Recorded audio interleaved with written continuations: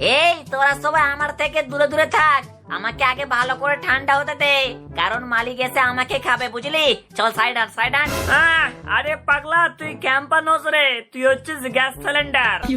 শুধু গ্যাস ভরে আর চিনি জল গুলে দিয়েছে, ও আবার নাকি ডায়লগ দিচ্ছে ওকে মালিক খাবে।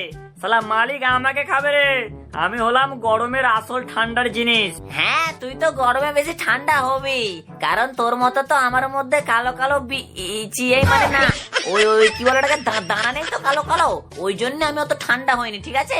আরে আমার মধ্যে চিবি এই না মানে দানা আছে তো কি হয়েছে, আমার মধ্যে 90% জলও থাকে, আর গরমে জলটা সব থেকে বেশি জরুরি, বুঝলি? তোর মতো শুধু গ্যাস থাকে না রে। রে শালা, তোরা সবাই ভেতরে চুপচাপ করে বসবি, না হলে আমি বন্ধ হয়ে গেলে না সবার ঠান্ডা মধ্যে ঢুকে যাবে। ওই দেখি দেখি কি আইসক্রিমটা আছে।